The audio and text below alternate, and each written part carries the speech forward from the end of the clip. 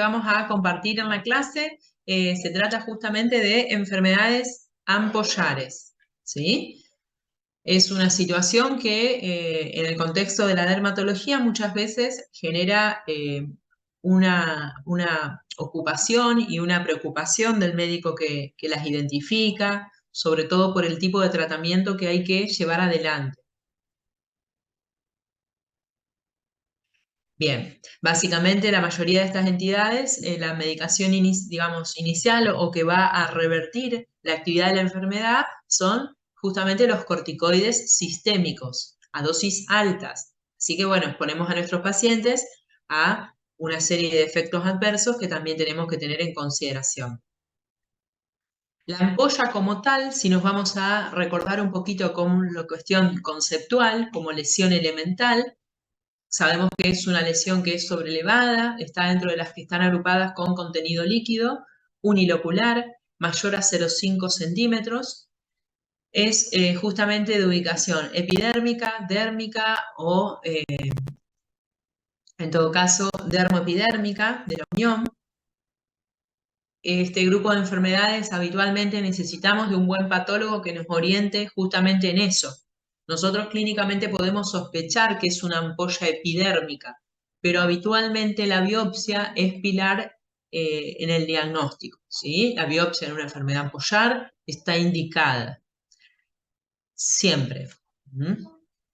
Los mecanismos por los cuales se puede generar la ampolla en la piel habitualmente son dos grandes mecanismos, a saber, acantolisis y el despegamiento.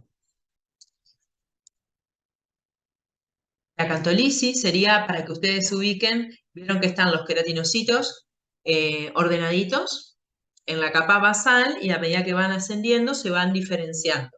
Ellos, como punto de unión, tienen un sistema de unión muy especializado que se llama desmosoma, que es un tipo de unión especializada. Cuando justamente hay una expresión antigénica a nivel de esos desmosomas, que ya vamos a ver con más precisión luego, es que justamente se produce la ruptura de dichas uniones por mecanismos autoinmunes y ahí tenemos el fenómeno de acantolisis. También el despegamiento habitualmente involucra la expresión de otros antígenos a nivel de otro tipo justamente de capas, por ejemplo, la unión dermoepidérmica o la dermis propiamente dicha, la subepidermis. Profe, en una quemadura, ¿cuál sería el mecanismo fisiopatológico para que se genere la ampolla? El efecto térmico induce una reacción y una respuesta inflamatoria. Dependerá la intensidad del estímulo térmico para que se produzca una quemadura de diferente profundidad, induzca solo un eritema con dolor, que por ahí es lo que por ahí cualquiera de nosotros tenemos si tocamos una fuente caliente, o si tenemos una quemadura que induce una necrosis de instalación bastante rápida, una escara necrótica.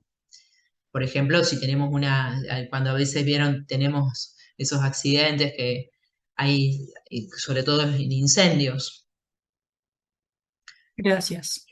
No, de nada. Bueno, y después tienen un grupo de clasificación que en realidad lo pueden después ustedes estudiar justamente, pero bueno, me detengo un poquito en el cuadro porque acá hay causas de enfermedades ampollares que son las congénitas y las adquiridas.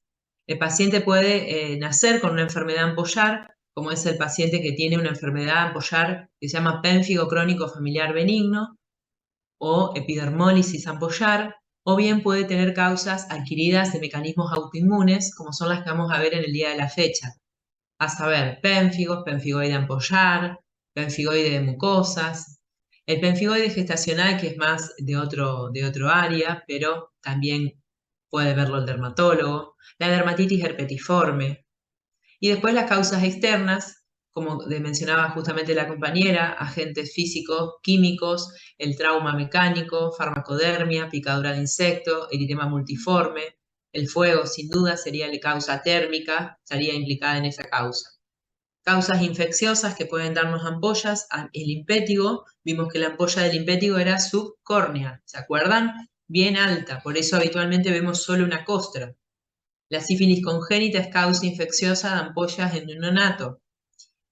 Causas metabólicas como porfiria cutánea tardía. ¿Se acuerda que la veíamos? ¿Dónde veíamos la porfiria cutánea tardía?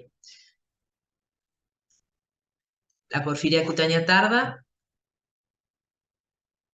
la podemos encontrar a las ampollas en el contexto de otras cicatrices o quistes de milium en dorso de manos.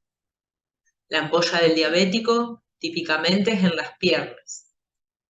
Además, en un paciente anciano inmovilizado por éstasis puede haber ampollas a veces ahí trasudados por las piernas por importantes edemas.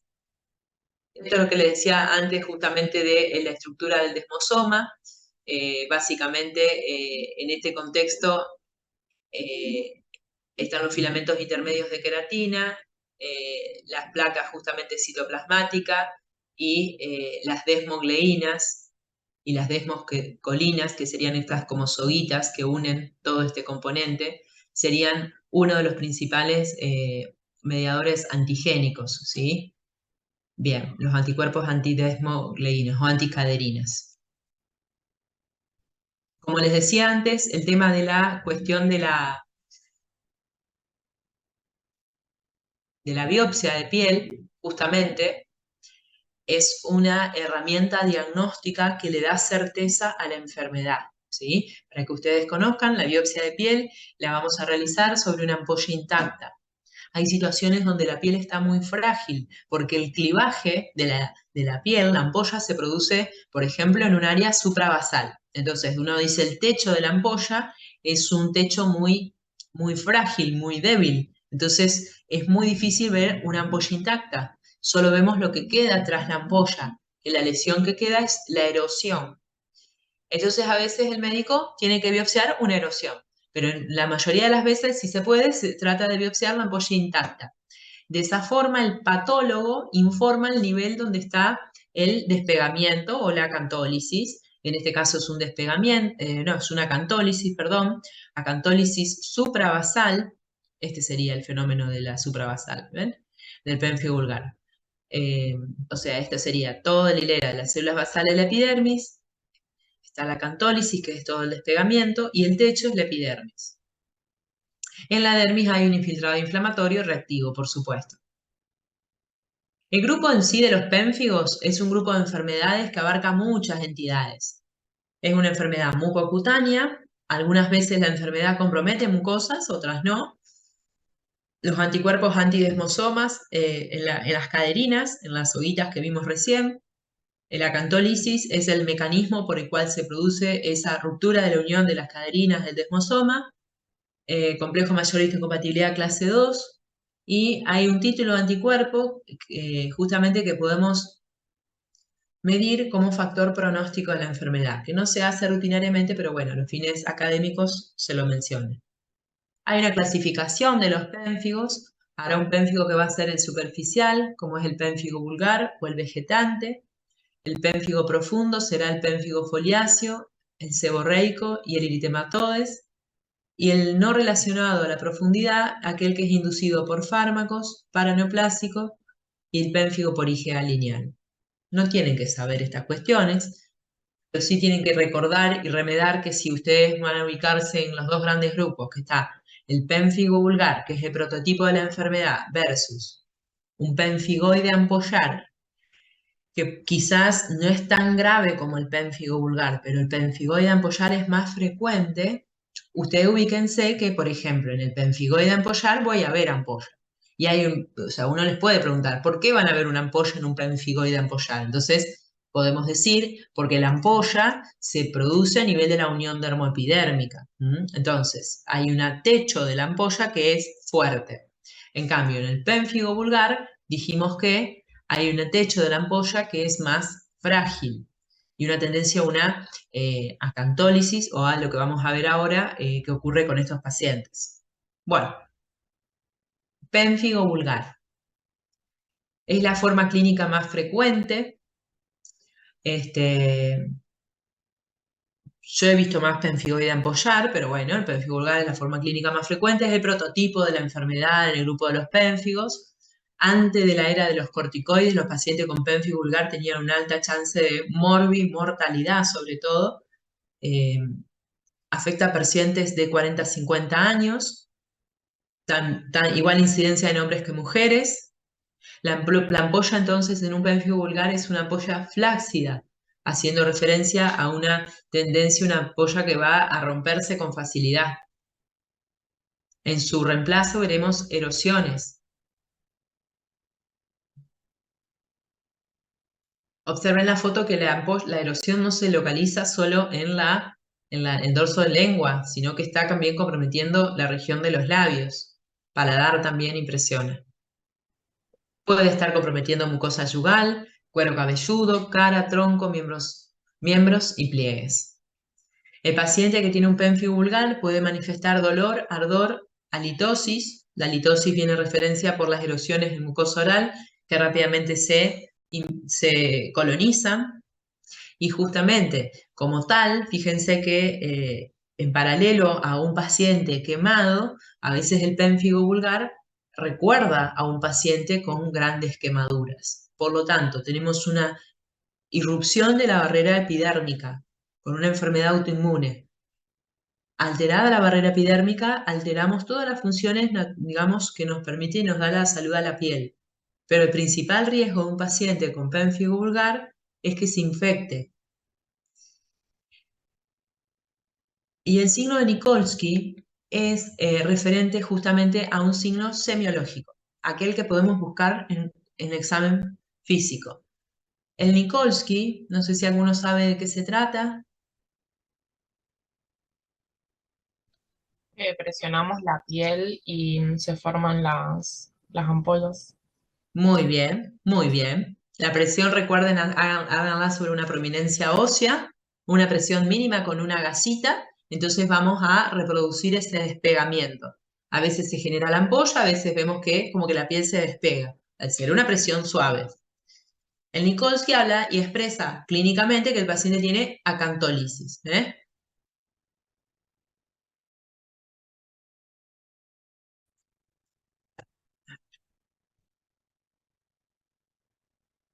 Clínicamente, en piel, es poco probable que veamos una ampolla intacta, porque la piel subyacente es muy débil. En cambio, las erosiones tienden a iluminarse y a cubrir grandes superficies del cuerpo. Algunas veces tienen más o menos componente costroso, pero básicamente dejan un área, como ven ustedes, muy granulante, lo que genera la sintomatología del paciente. Tienden a crecer por la periferia también, remedando un poquito ese Nikolsky, que van como expandiéndose por la periferia de esas ampollas. Ahí está lo del gran quemado, que quizás podemos, digamos, compararlo. El pénfigo vegetante sería una variedad de pénfigo vulgar, pero que sale, localiza lesiones en grandes pliegues, justamente, y no vamos a ver esas erosiones que vimos recién, sino que vamos a ver más vegetaciones. Es una variedad de pénfigo rara. Este no es rara. Este se llama pénfigo seborreico. Es una forma superficial, que eso fue un error porque en realidad en el anterior cartel, el slide, perdón, en el cuadro está ubicado como un pénfigo profundo y en realidad el pénfigo seborreico es superficial. Localiza en áreas seborreicas. De las áreas seborreicas, ustedes recordarán, son cuero cabelludo, rostro y el tronco, del área alta del tronco, como si fuera la zona de seborreica, de dermatitis seborreica, de acné. En este caso, la ampolla es poco probable que la veamos porque es una enfermedad más de tipo, dijimos, justamente superficial. Pero en su reemplazo vamos a ver una escama costra. Tal cual, o sea, ustedes me pueden decir psoriasis, pero yo te diría, mira, la base que tiene la lesión es más eritematosa y más erosiva, y es real. Cuando vemos la lesión se ve como más erosiva. La psoriasis es una placa eritematosa sobrelevada. Cuando vemos erosión vemos una irrupción de la barrera de la piel, o sea, es aprender a ver la piel cómo está denudada de su capa superficial. Y todo lo que la cubre es un intento de escamocostra, que a veces está un poco más o menos blanda. ¿Eh? El paciente de pénfigo seborreico puede llegar a empezar a llegar a consultorio en este próximo transcurso del mes o más en octubre, noviembre, porque es una entidad que es fotoinducida, fotosensible, y el paciente consulta porque le pica y le arde. Entonces pueden venir por lesiones en cuero cabelludo y los vamos a revisar y vamos a encontrarnos con estas lesiones que a veces no son muy numerosas, pero están en áreas seborreicas. Bien. Respeta mucosas. Hasta ahora el único que me está comprometiendo mucosas sería el vegetante, que estamos ahí viendo justamente en los pliegues de los labios, del pénfigo vulgar que vimos al principio.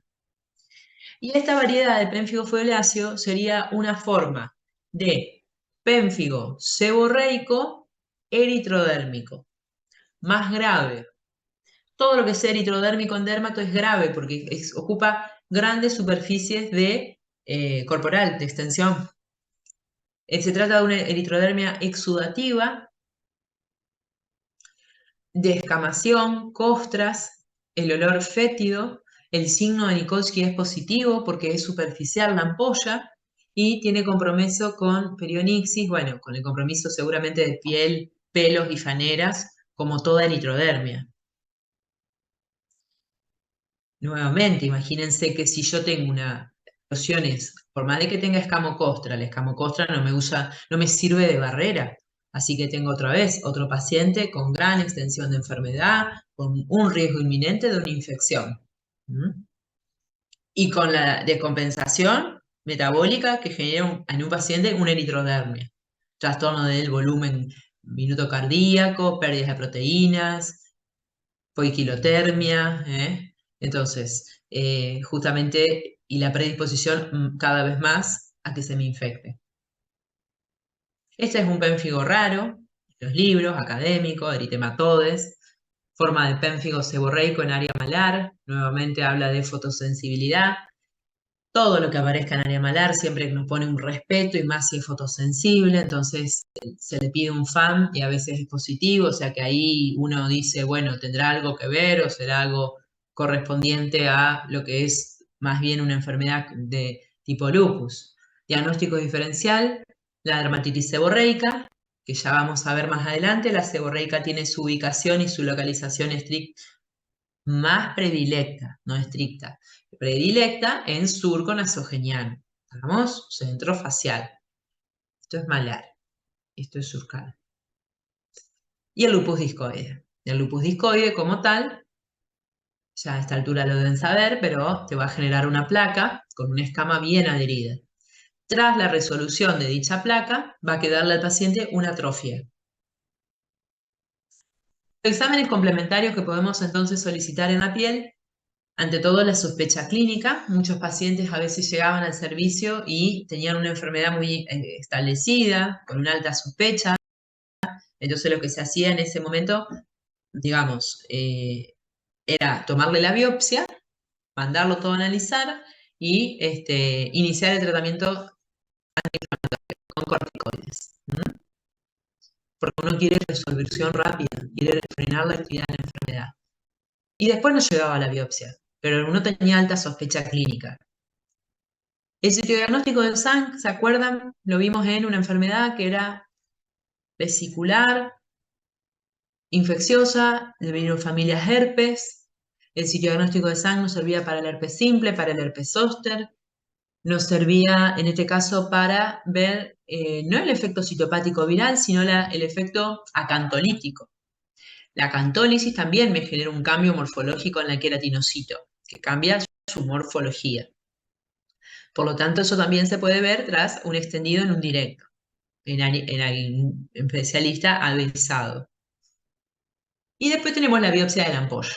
Infiltramos con lido, con epinefrina. Vamos a marcar previamente la ampolla, por supuesto, a elegir la ampolla, o el médico a veces los dermatos a veces cuando tenemos que hacer biopsia de enfermedades inflamatorias y demás, nos tomamos nuestro tiempo, porque no, digamos, no es cualquier área. Una ampolla hay que elegirla. Y si no tengo ampolla, tengo que ver qué área de erosión tomo. Mucosa se puede biopsiar también, ¿sí? Si fuera que tengo una ampolla intacta, justamente se toma toda la lesión, se marca toda la lesión y se trata de hacer la exéresis total de la ampolla. Si fuera que tengo una lesión erosiva, les dije, voy a ir al borde.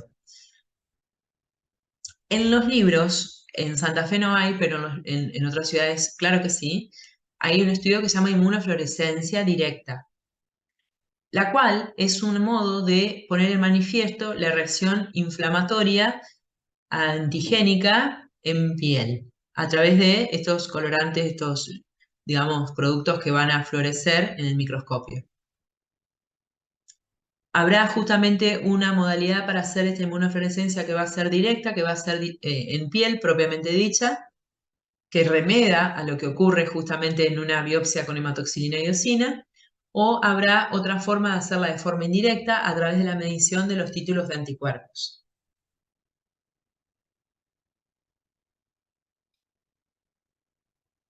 La imagen, claro, las biopsias con inmunofluorescencia le agregan un detalle más a la cuestión académica también de la enfermedad, que bueno, a nivel eh, de lo que sería la cantólisis o esta celularidad que empieza como a fragmentarse este techo, porque pierde las uniones, la imagen que traduce esa fluorescencia es una imagen en panal de abejas, panal de abejas, eso sería el panal de abejas. A nivel académico no es necesario que lo sepan, ni mucho menos. Pero sí que sepan que si uno dice, bueno, ¿y qué otro estudio? Si yo tuviera un centro de alta complejidad, estaría en otro lugar y demás, puedo acceder si yo sospecho una enfermedad ampollar. No estaría para nada mal que digan que podemos solicitarle una inmunofluorescencia directa.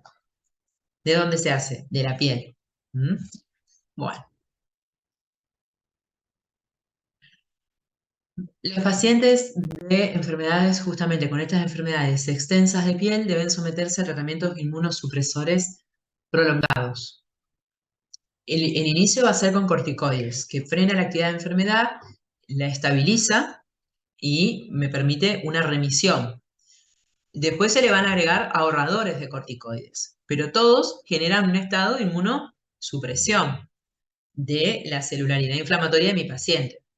Por lo tanto, es de muy buena práctica pesquisar el estado inmunológico del paciente justamente y hacerle todo el laboratorio de control de serologías y demás. Muchas veces similar ocurre, por ejemplo, con la introducción de algún biológico en otro paciente, por ejemplo, con una psoriasis extensa, una psoriasis con artritis. Entre estos están el hemograma completo, una rutina de laboratorio, hepatograma, función renal, las serologías completas, de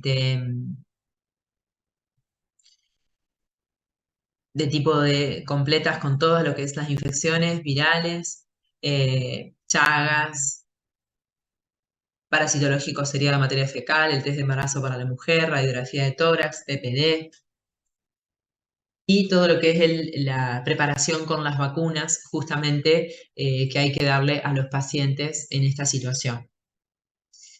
Los diagnósticos diferenciales que vienen al caso para estas enfermedades de tipo pénfigos, ¿sí? Bien, el pemfigoide ampollar es como un primo hermano, primo medio lejano, pero bueno, como tiene un nombre parecido, pero bueno, vamos a mencionar al pemfigoide ampollar, al eritema multiforme y al impétigo ampollar. Complicaciones de los pacientes con pénfigo, secundarias a corticoterapia crónica, infecciones, porque el paciente está enfermo de la barrera cutánea o porque el paciente está inmunocomprometido y se adquiere infecciones oportunistas, como por ejemplo neumonía, tromboembolismo de pulmón. ¿Sí? Bien. Dentro de lo que serían, digamos, efectos secundarios de corticoides sistémicos, no me acuerdo si lo habíamos hablado con ustedes, algo habíamos comentado, pero bueno, ¿cuáles serían los órganos, digamos, que tenemos que proteger o complementar el tratamiento cuando vamos a a instituir un tratamiento crónico con corticoides? ¿Qué les parece? ¿Cuáles son los órganos Era que la tenemos que... parte ósea con Bien, suplemento de vitamina D. Bien, ese era un órgano a tener en cuenta, con la osteoporosis, calcio, vitamina D. ¿Qué otro órgano?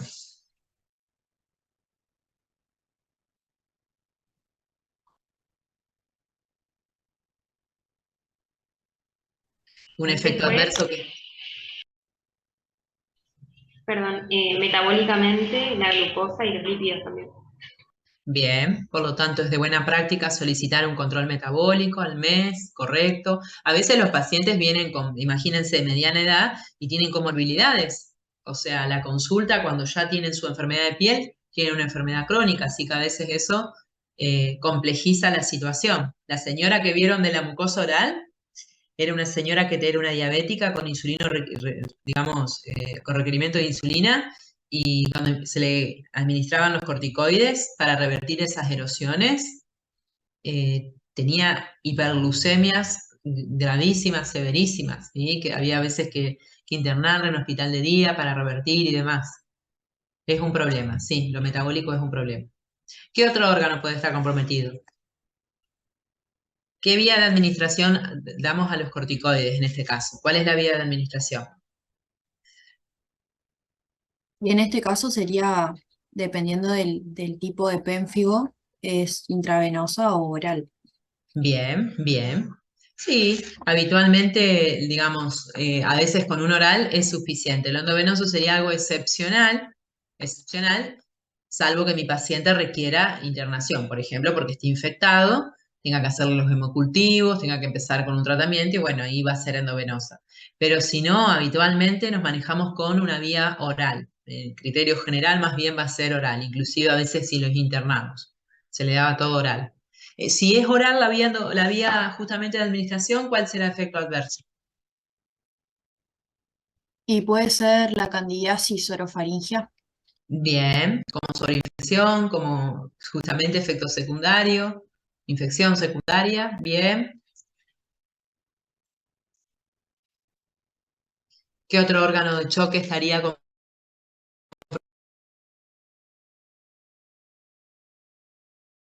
Si nos vamos más ¿Podría ser abajo que con había que efectos darlo con inhibidores de adversos. bomba? Claro, exactamente, ¿eh? Ahí lo que uno hace justamente es prevenir o evitar justamente lo que sería la gastritis erosiva por corticoides, ¿sí? Los corticoides son uno de los fármacos también muy gastroerosivos, así que en ese caso tenemos que tener en cuenta.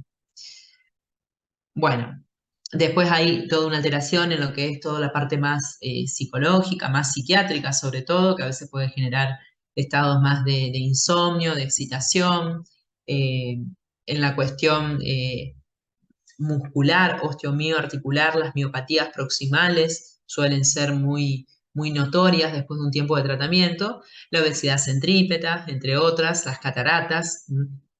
En piel podemos tener hipertricosis, estrías, también por efectos de tratamientos sistémicos. De todas maneras, como les dije al principio, el tratamiento debe ser precoz y las dosis iniciales en la familia de los pénfigos son altas. 1 mg/kg de meprednisona, ¿sí? De metilprednisona. 1 mg/kg, el paciente pesa 80 kilos, se le da 80 miligramos de prednisona hasta que estabilizo enfermedad. Después lo dejo un tiempito más y después empieza un descenso gradual progresivo, lento y progresivo, hasta alcanzar la dosis mínima de corticoides que me mantenga una remisión de enfermedad. A veces son 5 miligramos, de 80 bajo a 5 en meses, a Profe, veces son días alternos, sí. ¿tiene algún techo la metilprednisona? La metilprednisona, 1 mg, 1,5, ¿sí? No es que se puede dar más, ¿sí? Ah, bien. Eh, pero en dermato esta es la que más, digamos, las que más lleva, digamos, más que eso, que esa dosis de enfermedades dermatológicas, no da. El pénfigo es como la enfermedad que siempre va a requerir las dosis más altas. Profe, y esa remisión, cuando se llega a la remisión, ¿se sigue dando corticoides o se los deja?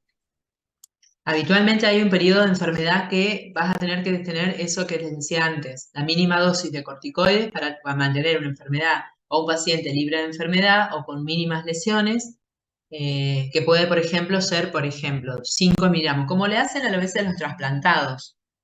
5 miligramos a veces son días alternos o todos los días, pero antes de empezar el descenso, ya le incluimos los ahorradores de corticoides.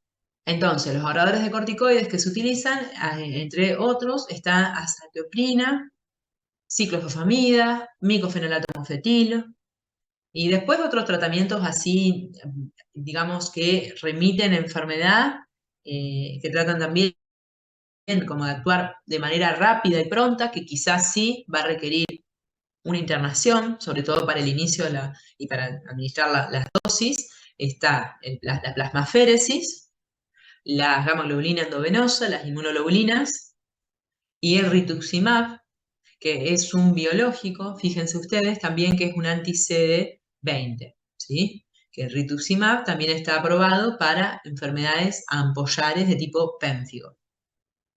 De todas maneras, el inicio del tratamiento siempre son los corticoides. ¿Mm?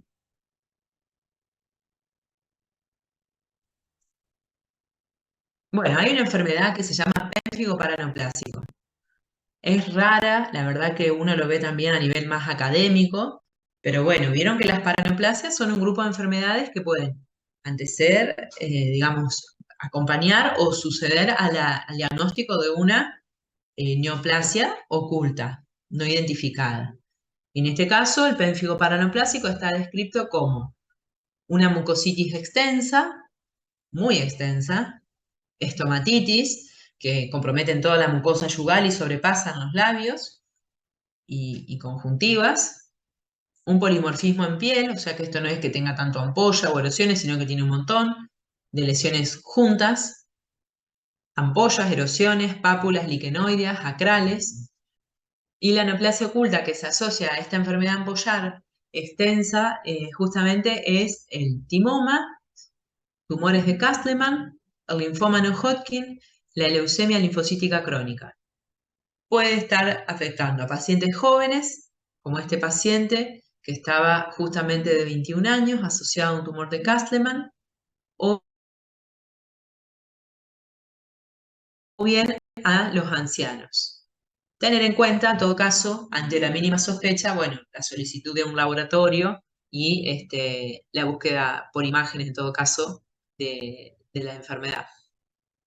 Es algo raro. ¿Eso se detecta por biopsia?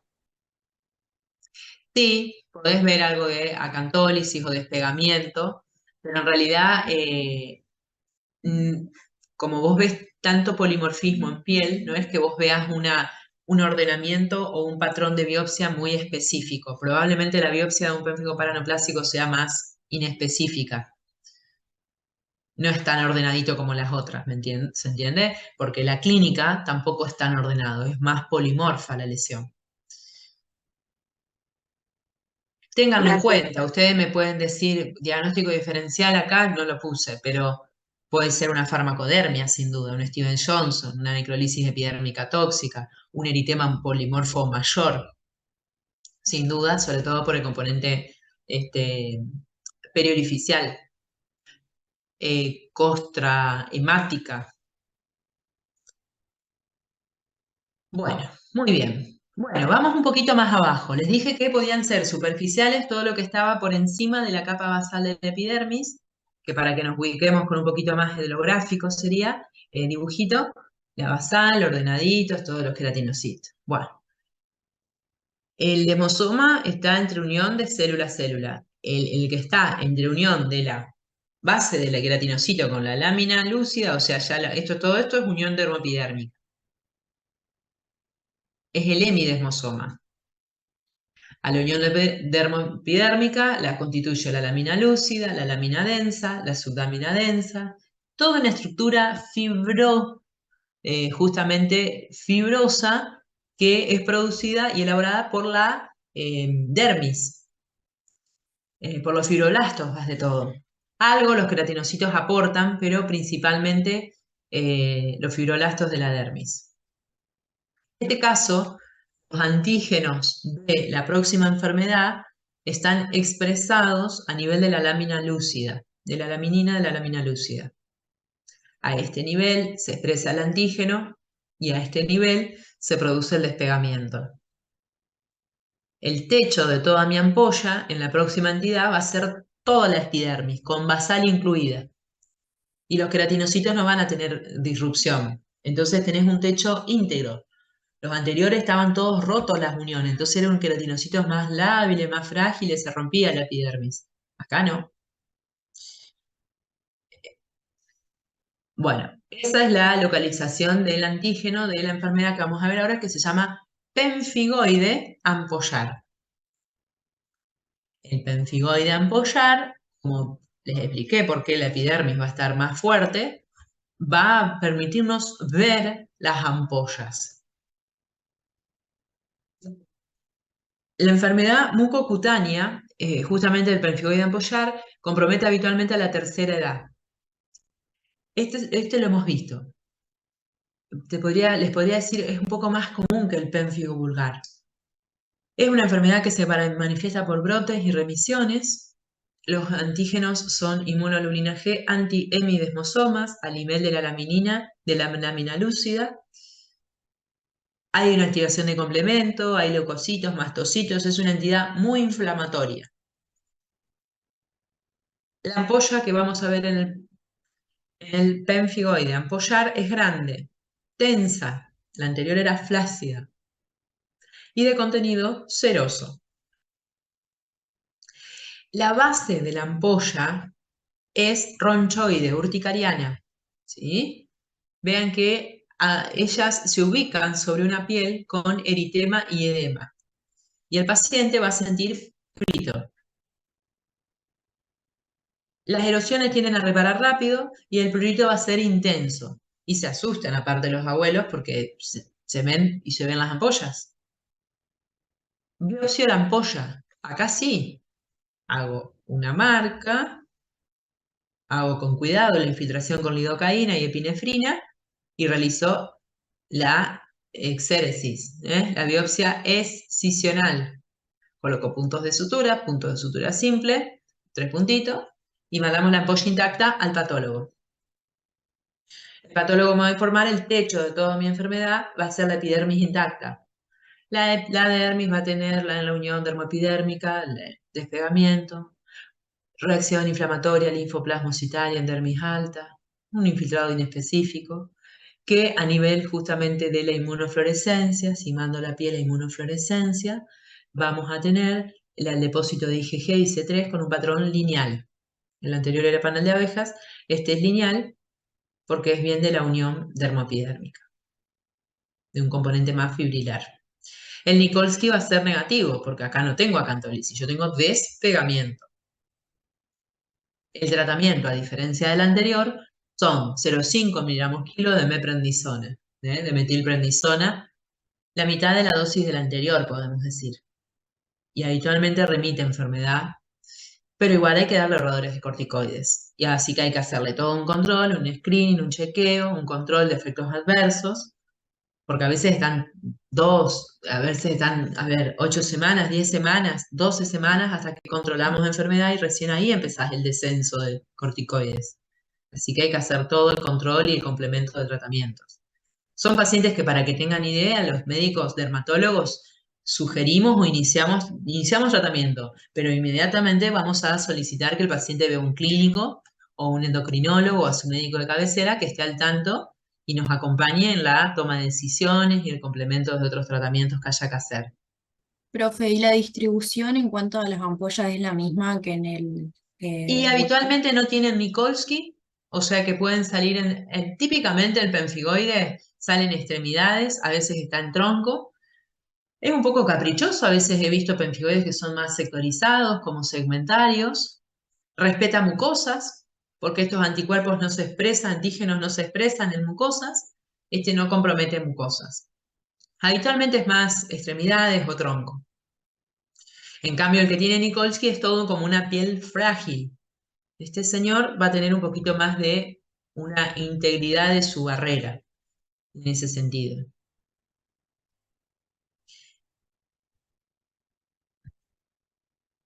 En algún momento también estaba descrito como que el pemfigoide ampollar se podía comportar como una enfermedad paraneoplásica.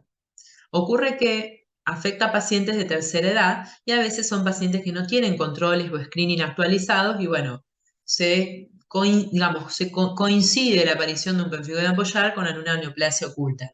Pero no estaría mal, sobre todo si tengo que exponer a un paciente sin controles a una corticoterapia prolongada, darle o sugerirle o solicitarle que se haga todo un screening de enfermedades neoplásicas, de paraneoplasias acorde a la edad, al género y demás. Bien, voy entonces, aguárdenme un minutito.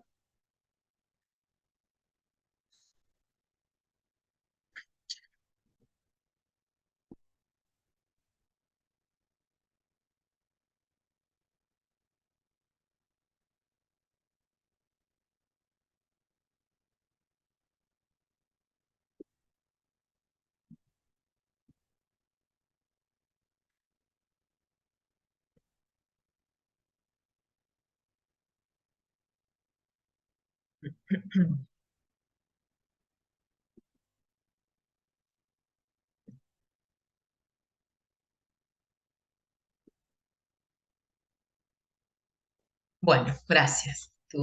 Puse la batería porque me había olvidado antes. Qué cosa. Bueno, y la dermatitis herpetiforme, algo habíamos visto hace unas semanas con el trabajo que habían hecho en equipo ustedes en terreno, es justamente una enfermedad que a diferencia de la anterior, es más, ampollas pequeñitas, son muy pruriginosas y justamente tienen una localización mucho más exquisita en áreas de extensión, en superficies justamente convexas y de extensión, codos, rodillas, región lumbosacra, manifestación dermatológica de enfermedad celíaca o malabsortiva, erupción papuloampollar, polimorfa, hablando de un proceso inflamatorio pruriginoso que puede tener escoriaciones, tiende una tendencia a la cronicidad, al paciente le pica, le arde, a veces duele, superficies extensoras de extremidades, segunda, tercera década, los autoanticuerpos IgA. No vamos a ver grandes ampollas, grandes erosiones, pero tenemos que tener una sospecha clínica, sobre todo en el contexto de un paciente con una mala absortiva.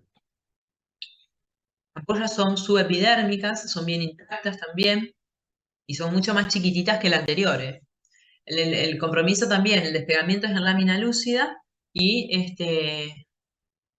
ese sería el despegamiento. Bueno, hay otras entidades histopatológicas, los microabscesos en las papilas dérmicas, los microabscesos de neutrófilos, depósitos granulares de IgA lineal en papilas dérmicas, donde estaban esos microabscesos, y anticuerpo antigliadina, antiendomicio y antitransglutaminasa positivo, exponiendo justamente la enfermedad inmunológica también que compromete la parte digestiva. El tratamiento de una enfermedad celíaca habitualmente incluye el tratamiento de la enfermedad de base, que es la diarrea malabsortiva, dieta libre de gluten, Dapsona para el tratamiento de piel, y tenemos que tener en cuenta que estos pacientes, como toda enfermedad inflamatoria crónica, pueden tener un riesgo aumentado de posibilidad de desarrollar con el tiempo un linfoma, intestinal T. Por lo tanto, hacer los controles pertinentes. Bueno, de enfermedades ampollares, eso es lo que había preparado. ¿Alguna duda o pregunta?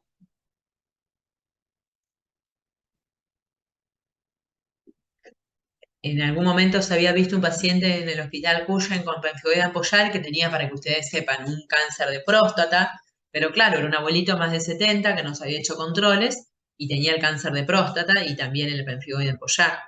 Entonces, bueno, a veces uno dice es paraneoplásico el pemfigoide o es coincidencia.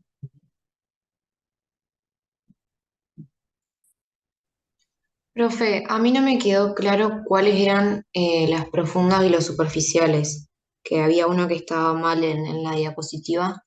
Claro, ahí ya te cuento. El foliáceo, que es una variedad de pénfigo superficial que hace referencia a todo lo que está arriba de la basal de la epidermis, eso hace referencia, por lo tanto el techo de mi ampolla es flácido y tiene acantolisis y tiene Nikolsky positivo. En aquel momento, ¿se acuerdan que les dije que el seborreico es de la gente joven? Hay un grupo de seborreico, un subgrupo que puede llegar a tener una enfermedad grave, eritrodérmica. Bueno, en ese momento el paciente del servicio en algún momento estuvo crónicamente, digamos, con múltiples internaciones, se infectaba, volvía, hasta que terminó falleciendo joven, ¿sí? Yo para que ustedes sepan, es por la variedad de enfermedad grave que debutan con un pénfigo foliáceo, que uno dice, no, son las costritas, el cuero cabelludo. No, si tenés un pénfigo foliáceo, un seborreico eritrodérmico, la enfermedad es grave. Este no lo vimos nunca, por lo menos yo no lo vi nunca. El vulgar sí lo vimos. Esta señora me acuerdo muy bien, les dije ya que eran las que tenían malos controles glucémicos. Pasaba las mañanas en hospital de día para corregirle las glucemias. Lo equivocado, que lo tengo que corregir en el aula virtual, así como también hay unas compañeras que me hicieron una corrección de tratamiento de lepra, que lo tengo que hacer, o sea que eso son cosas que tengo que hacer y son pendientes. Eh, Tengo que corregir el material que está en el aula virtual. La variedad sería superficial, el foliáceo, el seborreico, ¿sí? Y la variedad de eritematodes también.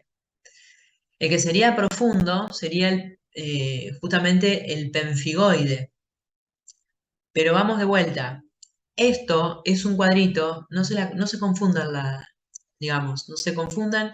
En el contexto hablamos de pénfigos como enfermedad que tiene acantolisis y tiene Nikolsky positivo. ¿Eh? Puede ser vulgar, pénfigo seborreico. Van a ser todos superficiales porque son todos suprabasales. Ese sería lo más, digamos, práctico para recordar. Y el pénfigoide, la variedad de formación es un despegamiento. Las ampollas se forman por despegamiento, por lo tanto son ampollas que son mucho más profundas y tienen un techo intacto. Entonces no hay ni acantólisis, ni hay Nikolsky, hay una enfermedad digamos, autoinmune, inflamatoria, pero no es justamente no es superficial, sería más profundo. Y tiene otro nombre también, digamos, no tiene que ver con el grupo anterior. Son ampollas, con eso tiene que ver. O sea, Profe, diagnóstico diferencial, enfermedad ampollar. Bien, ¿le puedo hacer una pregunta? sí, Recién mencionó la cantolisis y yo estaba sí. viendo los patrones histológicos, no me acuerdo, no me acuerdo en qué otra lesión elemental, pero había una descripción similar entre acantolisis y espongiosis. ¿Cuál es la diferencia? La espongiosis es un término que hace referencia a un edema intercelular y es un término anatomopatológico que hace referencia a una edema intercelular, donde el queratinocito también es como que se separa del al lado, pero no cambia tanto la forma. Profe, eso En se la podría ver espongiosis, en claro, herpes, ¿a en dónde la podíamos herpes, ver? en herpes. En realidad en el herpes vemos otra situación. Eh, La célula multinucleada o el efecto citopático viral o célula balonizada es una célula infectada, multinucleada, está parasitada por virus, por ADN del virus. También te cambia la célula, la forma de la célula, te la hincha un poquito. La espongiosis, capaz que el queratinocito también está un poquito hinchadito, pero es porque tiene el líquido edema intercelular. Y la espongiosis es un término anatomopatológico que hace referencia, por ejemplo, a un eczema. A la dermatitis de contacto va a tener espongiosis. Dermatitis espongiótica eosinofílica es cuando al paciente el abuelito le pica mucho, le hacemos la biopsia para descartar y te viene dermatitis espongiótica eosinofílica, es un proceso eczematoso que le pica mucho al abuelo, tiene eosinófilo, de granulación y demás, pero tranquila, no hay nada raro, no hay linfoma, no hay nada raro. La espongiosis hace referencia a un edema intercelular de la epidermis. La acantólisis hace referencia a hay líquido entre el queratinocito, no te lo niego, pero el líquido llega porque se rompe la unión entre los queratinocitos. Ahí entonces el queratinocito cambia más la forma, porque cambia la unión, además de sostenerlo uno con otro, le da forma y le da mucha función al queratinocito. Entonces, los queratinocitos acantolíticos son distintos. Y también el componente justamente inflamatorio que se genera por la exposición antigénica y toda la degranulación inflamatoria local genera la ocupación o el reemplazo de ese tejido por líquido. Pero el Perfecto, y ahí tenemos mecanismo entre que hay uno y pérdida. otro es distinto. Claro, yo había visto eso que dijo recién de la separación y había visto lo del Sí, líquido en ambos casos y no hay líquido en sabía, por ambos ejemplo, casos. que decía de la cantólisis, creo que era en contra de, era en contra de los, de los desmosomos, una cosa así, era la desmosideirina, algo así, que La me parece, desmo, la verdad que no sé, pues no lo encontré si en la esponjiosis estaba, calculo que no. no, no, no es esa la unión. La esponjiosis no te compromete el desmosoma. Pero la El edema cantólisis sí, puede ¿no? llegar a separar algo, pero no. El pénfigo lo que genera es justamente los anticuerpos, o los antígenos, se expresan a nivel de las cadeninas, ¿eh? Que serían estas Ahí está. estructuras, digamos, de sostén o de unión de los desmosomas. En este lugar está la expresión antigénica y a ese lugar se genera toda la interrupción o la destrucción local de las uniones, ¿sí? Por respuesta inflamatoria del paciente, porque se expresaron los antígenos. Por eso le tenemos que dar corticoides, altas dosis, porque el señor sigue haciendo eh, una enfermedad extensa. Perfecto, gracias, profe. Bueno, de nada. Yo tenía una duda, Sí, ya que estamos hablando de ampollas, sí, en cuanto al síndrome de Stevens-Johnson y sí, la NET, sí. la necrólisis epidérmica tóxica, ¿cómo podría diferenciarlas? ¿Por la extensión que abarca cada una o hay algún otro rasgo significativo que me haga pensar en una más que en otra? Y en realidad a veces se pueden superponer. Si vamos a la cuestión semiológica, una de las situaciones que uno hace también en esos pacientes que tenemos sospecha, cuando empiezan con el estado inicial, esas máculas más purpúricas, y le ves una zona medio ya como despegada de la piel, vamos a buscar otra vez la cantolisis. Porque si fuera el caso, la necrolisis epidérmica tóxica y el Steven Johnson van a tener una cantolisis. En horas o en cortos días, el paciente tiene extensas áreas de la superficie corporal denudada, ¿sí? O sea que acantolisis vamos a tener en los dos. La extensión y, en todo caso, el compromiso de otros órganos, de falla multiorgánica.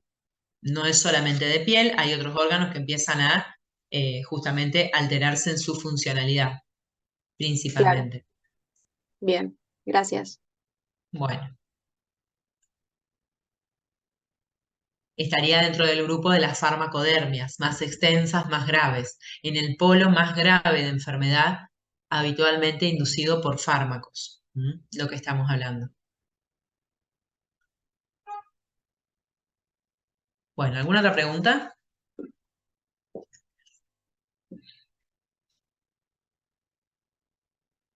Si quieren, ya para que mencionamos algo de eczema, yo les muestro un poquito esto de eczema, que en realidad habían pedido que hagamos algo de eczema, que es un término muy amplio en dermato, ¿no? No es que vos digas, eh, hay una entidad que expresa lo que es un eczema. Hay múltiples situaciones que pueden expresar lo que es eczema. Pero bueno, si vamos a la correlación anatomopatológica, la esponjiosis que acabo de mencionar, o sea, vuelvo a decirlo, el edema intercelular epidérmico, por toda una reacción inflamatoria que viene desde abajo de la dermis, es lo que va a privar en la génesis de la lesión. En realidad, la lesión es inflamatoria de contenido líquido, solo que es pequeñita, multilocular, pero pequeñita. Entonces, el eczema hace referencia a un estado inflamatorio de la piel, un modo de respuesta de la piel, donde hay una epidermodermitis, ahí están las dos capas, la epidermis y la dermis, vesiculosa, pruriginosa. El eczema, por definición, degranulan las células, hay inflamación y pica. Los estímulos para que haya un eczema son un montón, pero bueno, se mencionan los exógenos, los endógenos, causas químicas, mecánicas, físicas, inmunitarias, y dependerá, como toda enfermedad inflamatoria de este tipo que ya habla más de lo que sería alérgico y demás, del tiempo de exposición y la intensidad del estímulo que la genera. Hay fases del eczema, que eso es más algo más para estudio de ustedes. Hay una fase más inflamatoria, edematosa, que es la fase inicial, vésico-eritematosa. Después hay una fase más secretante, tienden a veces a romperse y a justamente emanar ese líquido característico que es secretante. Y la fase descamativa. Quizás si uno dice, bueno, ya lo vamos a ver, pero hay etapas de enfermedades o intensidades o de instalación de la enfermedad. El eczema puede ser agudo o puede ser crónico. Entonces, si es más agudo, voy a ver más faz eritematoso-vesiculosa. Si es más crónico, voy a ver más faz costrosa. Y porque le pica, voy a tener liquenificación. Entonces, la lesión elemental del eczema no es única. La lesión elemental puede habitualmente, nosotros decimos la que representa el eczema es la vesícula espongiótica, para diferenciarla de la vesícula valorizante, de la vesícula citopática, de la vesícula herpética. Entonces ahí tenés dos diagnósticos diferenciales bien grandes. Bien, entonces, la vesícula de un eczema tienden a formarse, a minarse, a formar placas, tienen habitualmente un límite que lo pueden identificar, tienen una distribución que tienen en cuenta según la causa que la genera, puede evolucionar por brotes y tienen una cronicidad. Causas endógenas o exógenas de eczema. Las causas endógenas tenemos las prototipos de enfermedades como son la dermatitis atópica, la dermatitis seborreica, el eczema numular, el eczema disidrótico, el líquen simple crónico.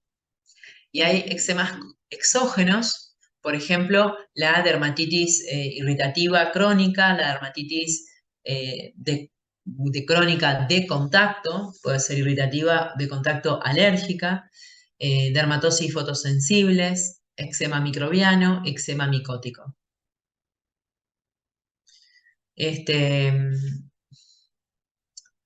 Aguarden un segundo. Creo que vuelvo con ellas. Vamos a ver. Dermatitis atópica. Muy escueto lo que uno va a comentar porque es una entidad que es muy extensa y en todo caso ustedes pueden después ampliar el estudio. ¿Estamos? Bien, pero sepan que en dermatología es una entidad muy común en la consulta, sobre todo en la etapa pediátrica de la vida. En los pacientes pediátricos, los que van a ser pediatras, justamente van a ver dermatitis atópica, dermatosis inflamatoria crónica, pruriginosa, predisposición genética, alteración de la barrera cutánea, innata. El paciente tenga un brote, el paciente tiene piel seca. ¿Estamos? Tiene xerodermia todo el año. Esta época peor, porque vienen con las duchas de agua caliente, el frío, lo seca más. El prurito altera la calidad de vida del paciente y de la familia. No duerme nadie, ni el niño ni la familia, entonces es un caos en una etapa de la vida y en pacientes que tienen una enfermedad más grave. El del EQI, el índice de calidad de vida, hoy en día es un dato que se objetiva para ver qué tan grave es la enfermedad. Y en eso está la calidad del sueño, del descanso, el rendimiento escolar, la sociabilización que tenga ese niño y demás, mientras tanto vive con dermatitis atópica. Tiene una distribución típica de las lesiones, que son características de las lesiones del eczema. y tiene asociaciones a otras inflamaciones que hablan justamente de esa hiperreactividad de mi paciente, como por ejemplo rinitis, conjuntivitis, asma. Hay criterios establecidos, mayores y menores, que hablan de criterios clínicos, o sea que es una entidad que uno la puede tratar, digamos, diagnosticar en el consultorio. Dentro de los mayores tenemos el prurito, la morfología y la distribución de las lesiones, que va a depender de la edad de mi paciente, la dermatitis crónica o recidivante, y la historia personal o familiar de atopía. Y todos los menores que vemos a la derecha. Ellos también son menores. Si vemos un bebito, ¿sí? En esta etapa inicial podemos ver una dermatitis atópica, perdón, en la región facial, ¿sí? En las mejillas vamos a ver estas lesiones que ustedes me dirán, no veo vesícula, no, veo una placa, quizás eritematosa, eritematocostosa, a veces puede estar hasta impetiginizada, si quisiéramos, ¿eh? Fíjense que es justamente en áreas bien convexas. Trastorno de la barrera, así que son muy fáciles que se impetiginicen y por ejemplo, el bebito quizá cuando empieza con la dentición, tienen el babeo, ese característico, es muy común que también además de impétigo tengan micosis, intertrigos micóticos. En cambio, ya si lo tenemos ahí unos 4 o 5 añitos, vamos a tener una faja infantil, una dermatosis flexural. Quizás acá vemos alguna distribución más vesiculosa, en placa, escoriada, con costras, ciertamente simétrica, si quieren decirlo, podemos decirlo. La del adulto, habitualmente la dermatitis de contacto atópica del adulto, es una entidad más flexural, liquenificada, hiperpigmentación, aumento del grosor, del cuadriculado, tras un rascado crónico, en un terreno de piel seca, como dije antes. Diagnósticos diferenciales, entre 2 o 3 que mencionemos de cada uno: lactantes, descamación fisiológica, dermatitis seborreica, ya vamos a ver la dermatitis seborreica. En los niños la psoriasis, la dermatitis de contacto irritativa o alérgica. Los adolescentes psoriasis, dermatitis seborreica, tiñas corpóreas. El tratamiento de una dermatitis atópica, ante todo, eduquemos al paciente, aunque en realidad a veces el paciente es muy pequeño, así que es una cuestión familiar. Educamos la familia, el entorno, papá y mamá. Medidas generales: baños, jabones, restauradores de barrera. Hoy en día hay una gama de restauradores de barrera de muy buena calidad, que es como que se lo tenemos que dar diariamente. Una etapa de la vida que el niño va a tener que utilizar diariamente. Ellos se acostumbran, mi vida, a usar las cremas, se dan cuenta que algo de mejoría logran, muchas veces la hidratación mejora mucho. En cuanto a la indumentaria, por supuesto que es todo más bien ropa de algodón, ropa suelta, porque a veces son reactivos a todo lo que tenga contacto, digamos, poliéster, fibra, identificar factores exacerbantes. Eso es tras la charla y la semiología o la anamnesis dirigida. Tras una anamnesis que identifique cuál sería el factor agravante. Los corticoides locales serán nuestras estrategias terapéuticas para inducir remisión de enfermedad. No, tratar el brote. Corticoides locales que en un niño con una superficie corporal pequeña tengo que tener en cuenta la absorción. Así que con eso siempre mucho respeto. Pero serán nuestras estrategias terapéuticas, ¿sí? Medianas, bajas, intermedias potencias. Acuérdense que no son todos iguales, no son todos para todos betametasona. Los antibióticos serán indicados cuando yo tenga situaciones, como dijimos con el bebito, que quizá a veces tienen las costritas impetiginizadas. A veces son niños que hacen forunculosis, entonces hay que darle tratamientos vía oral. Inmunomoduladores tópicos, tacrolimus, pimecrolimus. Antihistamínicos orales porque le pica mucho. Y fototerapia como tratamiento no farmacológico, sí lumínico, que induce algún tipo de también mecanismo de mediación antiinflamatoria. Son ávidos, por ejemplo, los chicos atópicos tienen mucho más predisposición a desarrollar verrugas. Así, ellos, todo aquel bichito que esté dando vuelta, ellos probablemente lo tengan en piel. Ese trastorno de barrera en una etapa de la vida es muy manifiesto. Habitualmente, a medida que van creciendo, mejoran. Y quizás quedan con alguna intolerancia, algún metal y demás. La mayoría están mucho mejor de adultos.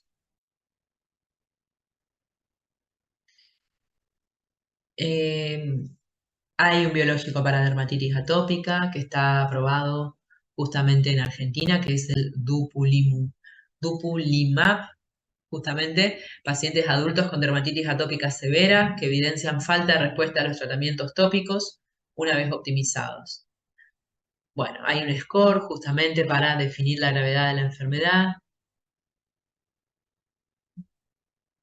y hay tratamientos sistémicos para dermatitis atópica que en algunas situaciones, sobre todo por la severidad de la enfermedad, tenemos que recurrir. Bueno, la dermatitis atópica es una enfermedad inmunomediada, ¿sí? Genética inmunomediada.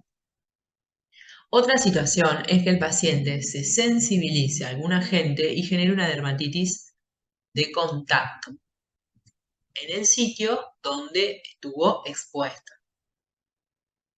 La dermatitis de contacto como tal es una respuesta inflamatoria tras la exposición del contactante. Frecuente motivo de consulta, por ejemplo, para que ustedes tengan una idea, esto pudo haber sido por un calzado, ¿sí? O por alguna sustancia química que haya generado alguna reacción, porque estuvo con alguna limpieza, descalzo. El típico cuadrito que ustedes habrán visto, y si no, revísenlo y véanlo, es la dermatitis de contacto, alérgica versus la irritativa. La irritativa, cualquiera de nosotros podrá realizarla, no participa el sistema inmunológico porque el contactante es muy fuerte, y enseguida uno va a sentir el dolor, el ardor, aparece rápido, justamente puede haber hasta a veces vesículas de rápida instalación, costras, mientras que la alérgica, habitualmente en un subgrupo de pacientes sensibilizados a un contactante que tras la reiterada exposición a dicho agente se hipersensibiliza con reacción de tipo 4 y las sustancias son las sensibilizantes, como dije. Hay un prurito muy intenso, aparición generalmente a las 48 horas, justamente previa sensibilización, diagnóstico prueba de parche. A veces uno en ambas situaciones, no siempre, pero en algunas situaciones podemos identificar justamente si el paciente tiene una dermatitis de contacto irritativa o alérgica, ¿sí? Sobre todo por el relato, sobre todo. El que es alérgico, por ejemplo, a las chicas que son alérgicas a los metales, que usan los aritos y las pulseras, a eso me refiero con alergia. La irritativa irritó. La dermatitis de contacto irritativa, por ejemplo, puede ser tranquilamente el frío. Un paciente que entrena, un chiquito, un adolescente que he visto en las últimas semanas que entrenan al aire libre, se irritan todo por el frío. Lo seca, induce un efecto térmico opuesto al calor, el frío extremo también genera inflamación. La lesión elemental va a ser vesículas, placas, con tendencia a descamar, a fisurarse, se pueden sobreinfectar. Entonces, dermatitis de contacto fototóxica. La fototoxicidad es un fenómeno que puede llegar a también inducirse tras la exposición al efecto lumínico, donde puede ser por un efecto fototóxico o un efecto fotoalérgico, según el tipo de respuesta que medie la aparición de la reacción. Sí va a estar dibujando o exponiendo el área que recibió la luz. Bueno, dermatitis de contacto. Dermatitis seborreica. Bien, dermatitis seborreica. Es una entidad que es inflamatoria de la piel, frecuente motivo de consulta, distintas etapas de la vida, distinta expresión de la enfermedad. La primera manifestación la vamos a ver en los infantes, en los bebés de los primeros 3 meses de vida. La localización es en cuero cabelludo. Las lesiones características son sobre un área de eritema. Vamos a tener estas escamas que son untuosas, blandas. Tiende a ser crónica, recidivante.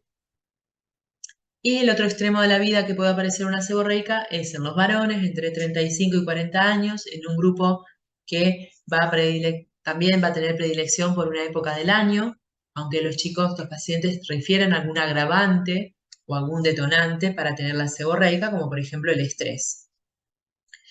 Localiza enfermedad en áreas seborreicas, cuero cabelludo, centro facial, preesternal. Hay enfermedades que pueden predisponer a que el paciente exprese dermatitis seborreica, como son enfermedad de Parkinson, el SIDA, la parálisis facial o pacientes cuadriplégicos. Fíjense que el SIDA, como tal, puede predisponer que el paciente tenga una variedad de dermatitis seborreica mucho más inflamatoria, más expresiva. Lo que habla de inflamación habla más de eritema, ¿sí? Van a tener una expresión más de eritema, hasta edema a veces. Lo mismo pasa con la psoriasis. Pacientes con SIDA tienen una psoriasis habitualmente más grave que sin SIDA. Y en los varones tenemos dermatitis seborreica. Por ejemplo, no se ve en cuero cabelludo acá, pero en cuero cabelludo la dermatitis seborreica se exterioriza por eritema, escamas, lo mismo, finitas. Es como una caspa un poco más gruesa, pero va a tener eritema y habitualmente les pica o les arde un poco, están molestos los pacientes. Hay veces que se presume un efecto también mediado por algún componente micótico, por lo tanto a veces también se los indica como tratamiento a los shampoos que vienen con ketoconazol. Pero a diferencia de la psoriasis, si ustedes se acuerdan, cuando veíamos los pacientes de psoriasis, ¿se acuerdan que les decíamos que la placa de la psoriasis sobrepasa el límite de implantación del pelo? En la dermatitis seborreica no ocurre. Puede haber en la dermatitis seborreica el componente, ¿se acuerdan? De atrás de la oreja, la fisura o adentro de la oreja. Puede tener eso, porque está ahí bastante todo cerca. Pero habitualmente no sobrepasa la línea de implantación del pelo. Ahora, cuando cae en centro facial, compromete cejas, pestañas, todo el componente piloso, con blefaritis, y la zona surcal, surco nasogeniano, con eritema, escamas, son mucho más finitas de las que vimos con el bebito. El bebito se lleva las escamas más gruesas. Los adultos ya no, finitas, pero les molesta un montón. Porque aparte si uno está trabajando, expuesto al público, aparte les pica, les arde, pero no les gusta verlos. Ya saben que si se ponen nerviosos se brotan. Ya tienen todo su relato y su discurso cuando vienen a la consulta. Esto a veces compromete otros surcos, como son el pliegue más del mentón, las zonas seborreicas de la barba.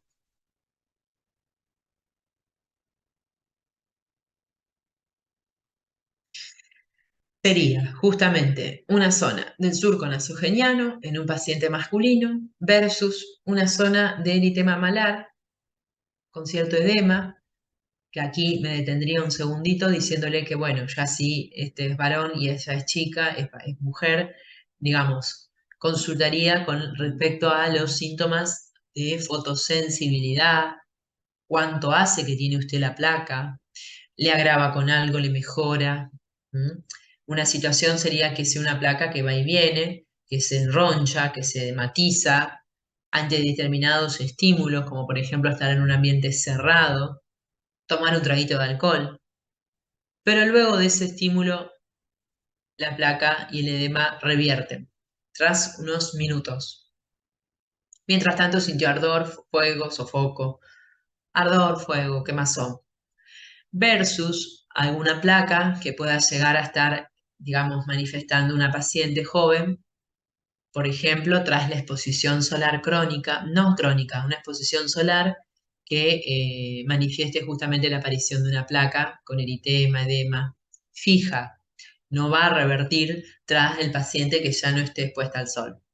Va a estar más tiempo. Entonces, Quizás en la primera tendría un paciente tal más de una rosácea, eritematosa, o el flashing, que a veces los tienen los pacientes de pieles más claras, versus una paciente con un lupus eritematoso sistémico, un eritema malar en ala de mariposa.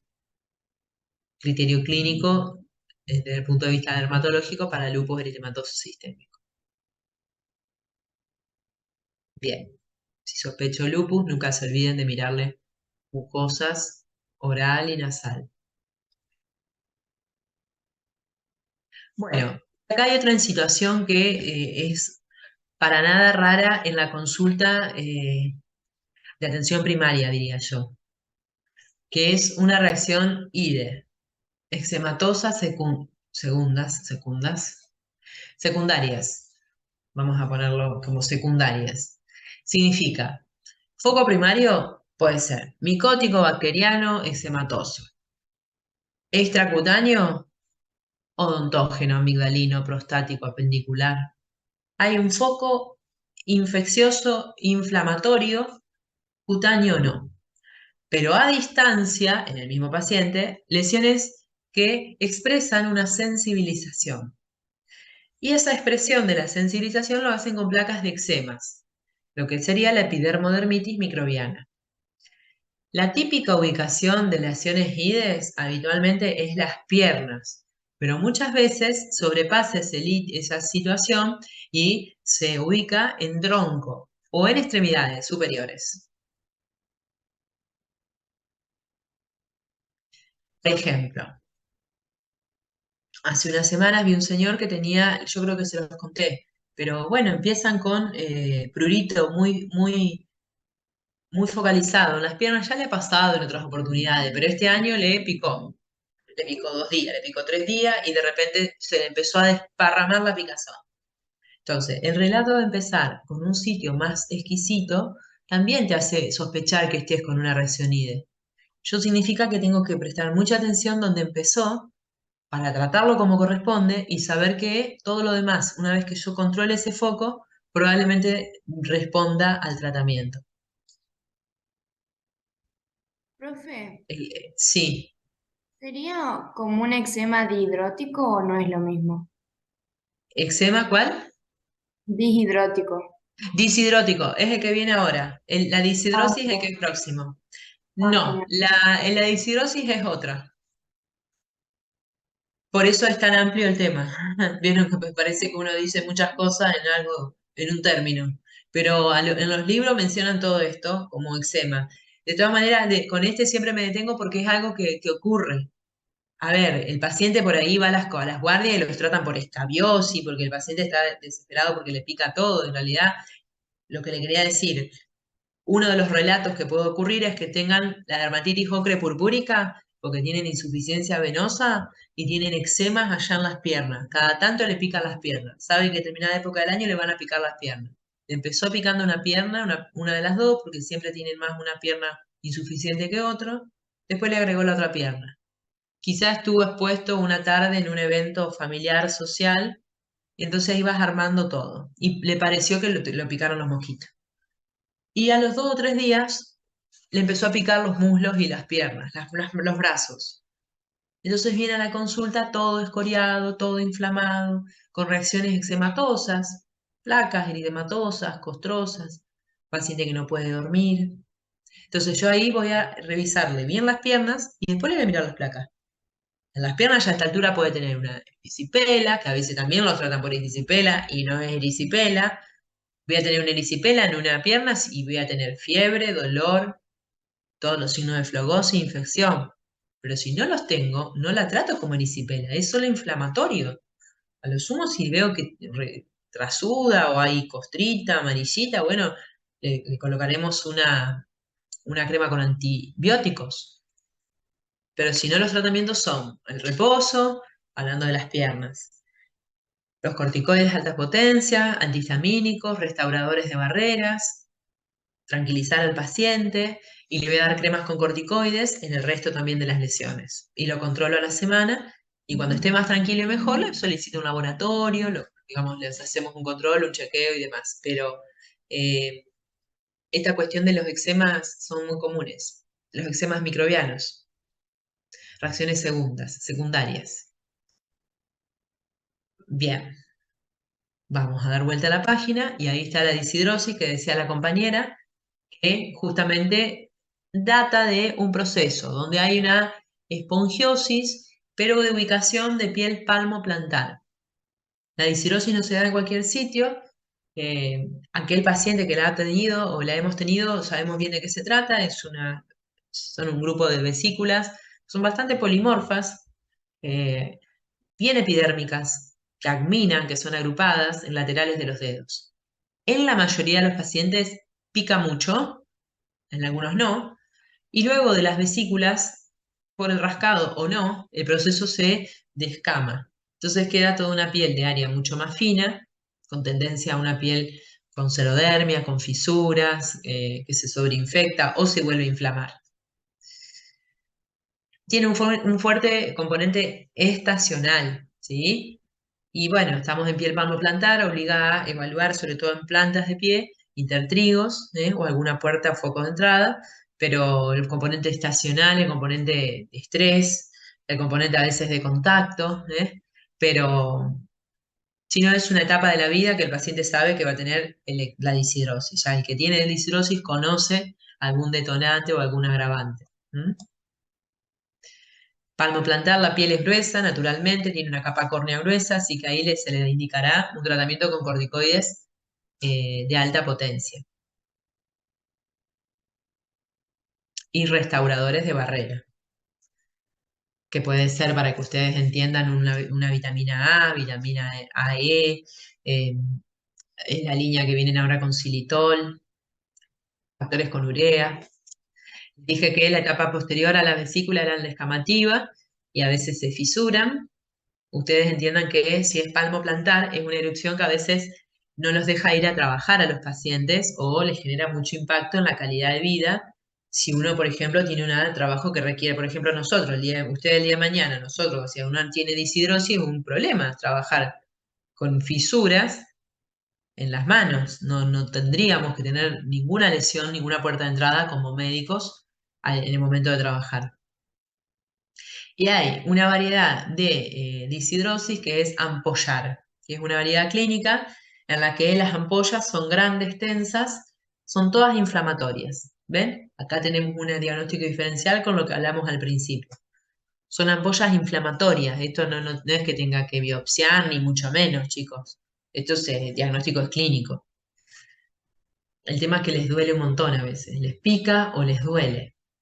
Y estas sí a veces, porque imagínense que tienen para entrar el bichito acá, puertas de entrada pueden tener. Entonces, muchas veces estas situaciones más graves, porque esto sería una variedad grave de disidrosis, le damos reposo, le damos tratamiento sistémico con corticoides para revertir más rápido, le damos antibióticos sistémicos y también corticoides tópicos.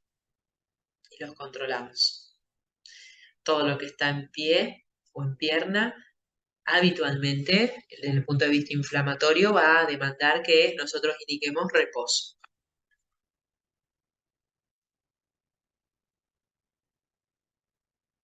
Bueno, y por último, otro de los eczemas, otro eczema más, que seguramente debe haber más eczemas, es el eczema numular.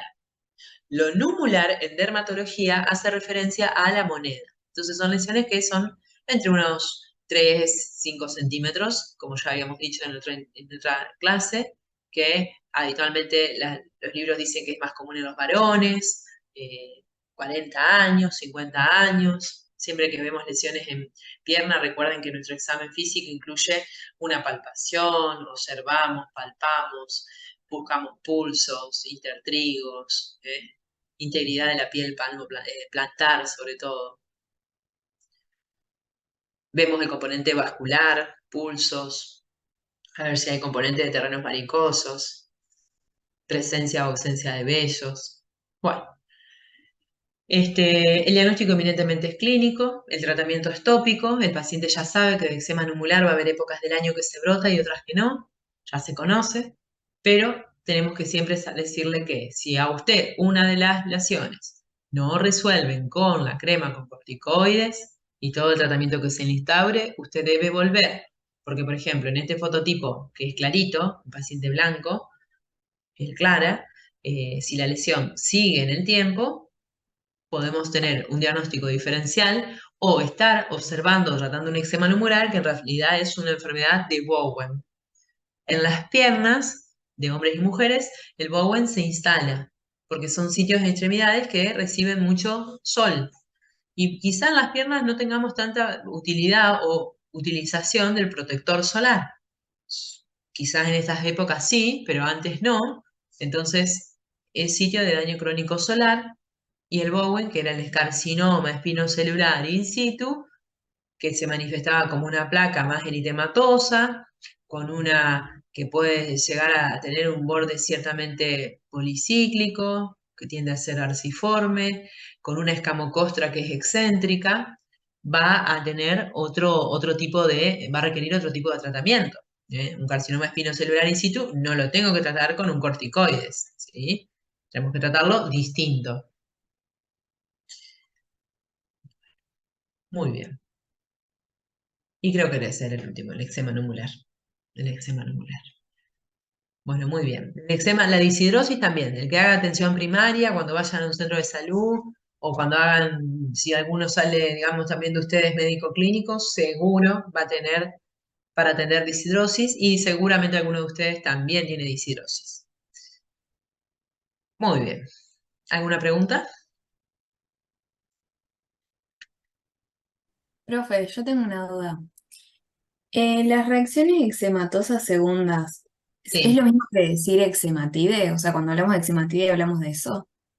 No, la eczematide sería más, eh, eh, hace referencia más a como una dermatitis seborreica. ¿Sí? Sí, y A por ver, es un ejemplo, poco confuso, Camila, porque es un término que por ahí no está bien instalado. Vos me podés decir, pero hay una eczematida hipopigmentada. Yo leí por ahí que hay una eczematida hipopigmentada, que en realidad es la pitiriasis alba del nenito que vimos con la lepra indeterminada la semana pasada o hace 2 semanas, que el nenito que tenía una placa, una mácula blanca y fina hipopigmentada sobre una piel con serodermia.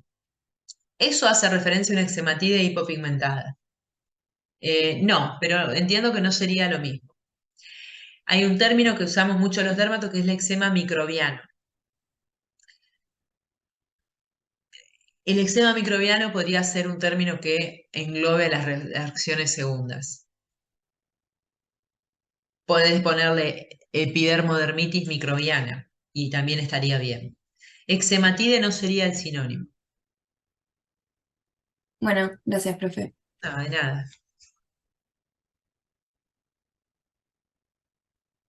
Bueno, ¿alguna otra pregunta? Y otro diagnóstico diferencial con la seborreica que no la... Ah, le mencioné lo del cuero cabelludo. Pero la psoriasis, en todo caso, a veces tiene una instalación facial. O sea que ese sería otro diagnóstico diferencial. Y a veces no es posible diferenciar a una de otra. Paciente con SIDA que va a tener mucha inflamación de dermatitis seborreica, bueno, habitualmente la psoriasis, aunque esté en la carita, va a tener una escama que es más gruesa, más establecida, más de psoriasis, más gruesa, más blanca, más adherida. En cambio, la seborreica es una escama finita, blanquita, pero más finita y tendiente a- a descamarse. Bueno, muy bien. Yo no sé cómo están ustedes con los tiempos, si quieren que les muestre otra clase más o descansan un ratito antes de la próxima clase. La próxima clase, perdón, la otra clase que hay, que ustedes la deben tener en el aula, es la de los trastornos del envejecimiento, ¿sí? Las dermatosis del envejecimiento. No es muy larga. Si quieren se las doy y si no, las leen ustedes tranquilos.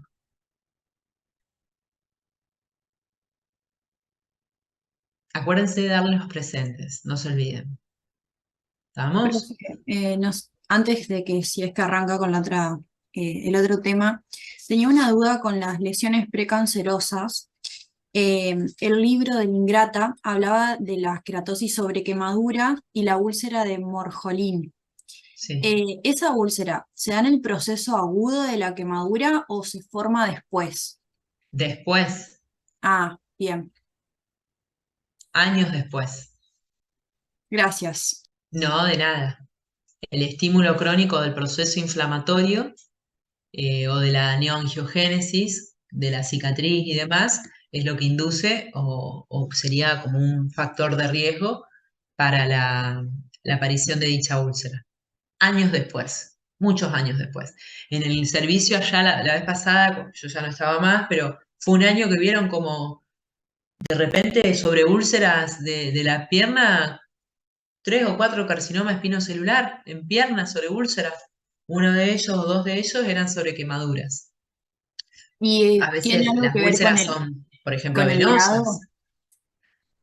de ¿Con el la grado de quemadura? quemadura? Sí, Y probablemente. Entiendo que debe haber más reacción inflamatoria. Si uno se quema como nosotros nos quemamos a veces la mano con la fuente, con la pava, mínimo, ¿se entiende? Hay una cicatriz retráctil, profunda, compromiso de tejidos más profundos, donde se genera una cicatriz real, que ese sea el terreno predispuesto. Los nenitos chiquitos que se queman a veces el tronco, el cuerpo, cicatrices retráctiles grandes. Siempre uno les dice a los pacientes cuando los revisa, que tienen un cuerpo tan expresivo, no tan figurado con esas cicatrices, les decimos, ustedes obsérvense las cicatrices porque, bueno, puede en algún momento ser asiento de otra situación. gracias. No, de nada. Bueno, hablamos un ratito cortito nomás de los abuelitos, que en realidad hoy en día es un grupo etario que viene en incremento, en increscendo en todo el mundo. Así que también nosotros que vamos a ser médicos, que vamos a atender pacientes, ojalá tengan buenas elecciones en sus especialidades, eh, vamos a encontrarnos con pacientes de tercera edad. ¿Estamos? Tenemos en nuestra familia para estudiar la dermatología, pero el día de mañana vamos a seguramente todos tener pacientes de este rango etario. Hay un aumento de la expectativa de vida a nivel mundial, conocimiento de las características del envejecimiento cutáneo, hay unas estrategias de prevención, en ellos hay una exposición y una sumatoria de factores intrínsecos y extrínsecos que hacen a la aparición de las lesiones. Lo de la cuestión del fototipo cutáneo lo hemos visto en la clase de tumores de piel. Entiendo que ya están avisados en que el extremo más del 1 y 2 son los más riesgosos para el desarrollo de lesiones. Pero, sobre todo si yo veo un paciente de 75 años que trabajó toda la vida al aire libre y demás, y a veces no tan grandes, también pueden desarrollar lesiones por el sol. No es exclusiva del fototipo 1 y 2.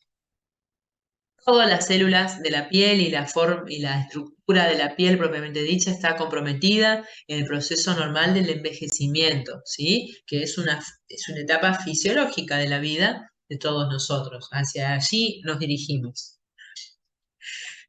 Cambios estructurales y funcionales de la piel.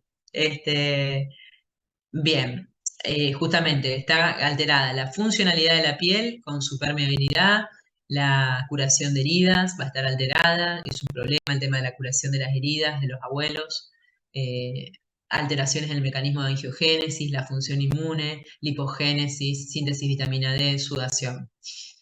Podemos sumarle a esto que es fisiológico en la piel, justamente, que va a retardar la recuperación de algún proceso que ellos tengan, si el también paciente está con alguna comorbilidad, altere aún más las lesiones. En cuanto a uno de los motivos más frecuentes de consulta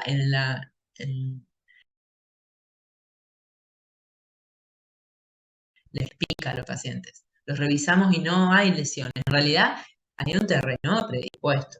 Entonces lo mismo, uno charla un ratito con el paciente, le pregunta un poco a ver cómo es que se baña, con qué temperatura y toda la historia, para tratar de educar un poco y revertir esta situación. Lo vamos a revisar, vamos a revisar todo para evaluar si no hay alguna lesión o alguna causa. Pero uno de los motivos más comunes es la xerodermia. Hay dermatitis de contactos irritativas, diabetes mellitus, que pueden entonces estar agravando, como dije antes, comorbilidades. Ya saben que hay enfermedades hepáticas, biliares, que pueden justamente alterar o generar también fenómenos más de colestasis, enfermedad renal, hay anemias con déficit de hierro, hay fármacos que pueden generar prurito, y hay enfermedades hematológicas, sobre todo los linfomas y leucemias, como así también policitemia, hipertiroidismo, hipotiroidismo, dermatitis herpetiforme, infestaciones parasitarias, escabiosis, eso es todo con con la anamnesis dirigida, escuchando qué comorbilidad tiene el paciente. Y después haré un chequeo y un screening de mi paciente. Y causas psicógenas. Algunos pacientes están en una etapa en la que ya viven solos, hay un montón de alteraciones, trastornos psicológicos, a veces psiquiátricos, que hacen que el paciente tenga un prurito bastante, digamos, compulsivo, ¿no? Sobre todo cuando el prurito uno observa en el examen físico que es muy sectorizado en un área y se rascan tanto que generan todas lesiones autoinfligidas con cicatrices, ahí sí ven cicatrices y demás, pero siempre es el mismo lugar. Entonces, los exámenes básicos para un prurito del adulto, justamente sin lesiones cutáneas, será un hemograma con recuento diferencial, velocidad de eritrosedimentación, PCR, el perfil de hierro, función renal, hepática, leucemias y inicial las pruebas de tiroides, TSH basal, T4 libre. En los abuelos podemos también entender entonces que podemos encontrarnos con este fotodaño que se expresa en la piel, con todo un cambio en la coloración de la piel, un aumento de los pliegues, de los surcos y las arrugas por la falta de sostén de la estructura del colágeno. Y esta telangiectasias, que en este caso son de tipo ramificadas, justamente ramificadas en área malar. Uno de los principales mecanismos para la producción en ellos, aquí sería en el área malar, quizás el sol, ¿sí? En otra instancia podemos tener telangiectasias en mujeres embarazadas, en una esclerodermia, en un paciente que está con corticoterapia prolongada. La enfermedad hepática tiene telangiectasias, pero tiene otra distribución, otra localización las telangiectasias. La rosácea también deja telangiectasia tras múltiples brotes. El paciente de joven nomás ya empieza con todo el ramillete de telangiectasia, que hace y favorece que perpetúe ese eritema característico de la enfermedad. Bueno, otro de los motivos que consultan los pacientes de este grupo etario es la hipomelanosis en gota. La hipomelanosis en gota hace referencia a máculas hipopigmentadas distribuidas en extremidades, en áreas fotoexpuestas. Expresan fototoxicidad justamente de queratinocito. No hay tratamiento mucho para hacer, lo que se hace es educar al paciente, expresar que en ese terreno de hipomelanosis usted tiene mucho daño actínico, o sea que es prudente que se controle y si encuentra alguna lesión que llame la atención, consulte. Desde el Profe, punto de ¿y ahí vista terapéutico no hay mucho. Sí. cómo haríamos el diagnóstico diferencial, por ejemplo, con una micosis superficial? Por ejemplo, las máculas son limpitas. No hay ninguna vesícula, no hay un costrita, no hay nada. Lo sumo a veces tenés una lentigo, una queratosis en estuco que tiene una escamita. Pero la hipomelanosis en gotas, salvo que el señor esté o la señora esté muy con una piel seca, habitualmente son unas máculas hipopigmentadas. En cambio, la dermatofisia, si fuera el caso, habitualmente está bien la pitiriasis versicolor, por ejemplo, que entiendo lo que está preguntando. Voy a estimularla, le voy a hacer como un traumatismo mínimo y va a generar ese enrojecimiento o esa descamación. Voy a buscarla y no la va a tener. La pitiriasis versicolor, que es el honguito, es más común en gente joven y en tronco. Habitualmente comienza por tronco alto y puede extenderse.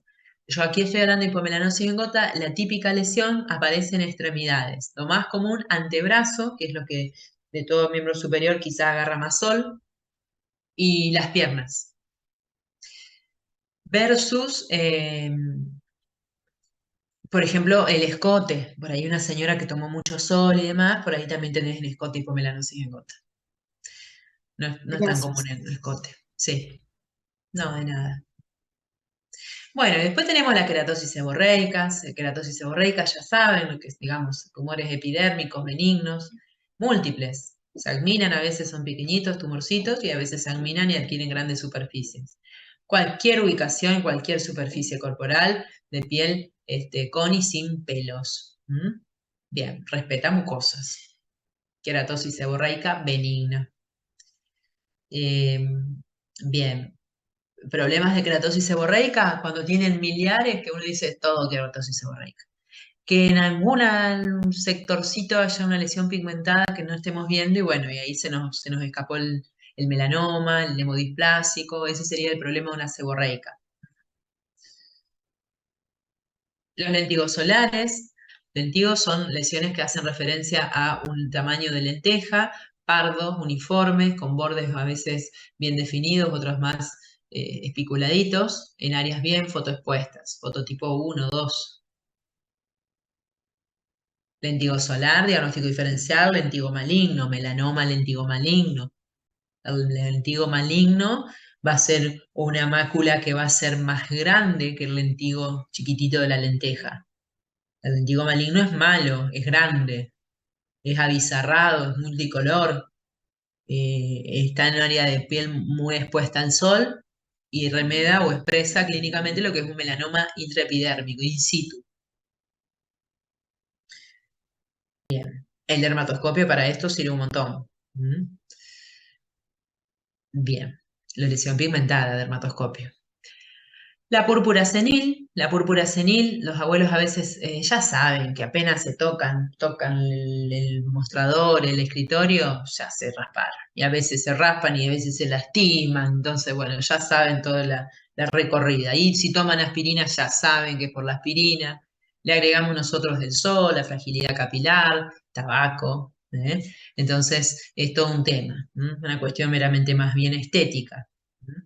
Pero también fisiológica y a veces a ellos les molesta mucho. Púrpura senil. Las uñas le crecen mucho más lento, ya estamos en la hora, creo. Cambio de color, diagnóstico diferencial, engrosamiento, onicomicosis, obvio. Las infecciones en los abuelitos pueden ser mucho más graves, más lentas en la resolución, quizás por todo el componente que decíamos antes en la reparación de la piel. En esta familia, en esta variedad de herpes zóster, por supuesto que es una urgencia el componente oftalmológico con riesgo de ceguera y probablemente sean pacientes con neuralgias, como hemos visto, que quedan meses y años con todo un dolor en la zona. Pueden llegar a, por supuesto, conservar su visión, pero quedan con un dolor bastante instalado. El pemphigoide de ampollar lo acabo de ver, las úlceras por decúbito lo habrán visto en sus pacientes internados o en algún familiar con decúbito estricto. El cronoenvejecimiento hace referencia a todo lo que va a ocurrir fisiológicamente también y asociado a el principal causal que genera ese envejecimiento de la piel con los cambios en la coloración y más pliegues o más arrugas que es el sol, ¿sí? Bien. Bueno, si quieren ya. Lo que seguía acá era bastante conocido por ustedes, es lo que vimos hace poquito, ¿saben? Para que ustedes sepan, pero eran queratosis actínicas múltiples en zona de la sien, en el pretrago, el carcinoma vasocelular en etapa de pandemia que hemos visto en la punta de nariz, los pacientes de ojos claros. Vean las telangiectasia, ¿ven? Este señor tiene rinofima también, tiene la nariz más grande, tiene hiperplasia y glándula sebácea. El campo de cancerización, el carcinoma espinocelular con todos los chiches, en cuero cabelludo. Problema, para cerrar problema. Pero bueno, se operará. Se opera y tenemos que tratar de manera prevención secundaria las queratosis que quedan alrededor. El melanoma que ya conocen, y eso era lo que vimos de los abuelitos. En realidad, algunos pacientes son de tercera edad, pero otros no. Ya lo que ya saben también con la cuestión de lesiones del sol, que hoy en día es motivo de consulta y en realidad pesquisaje que hacemos los dermatólogos, identificar estas lesiones solares en etapas más tempranas. ¿Estamos? En etapas más tempranas.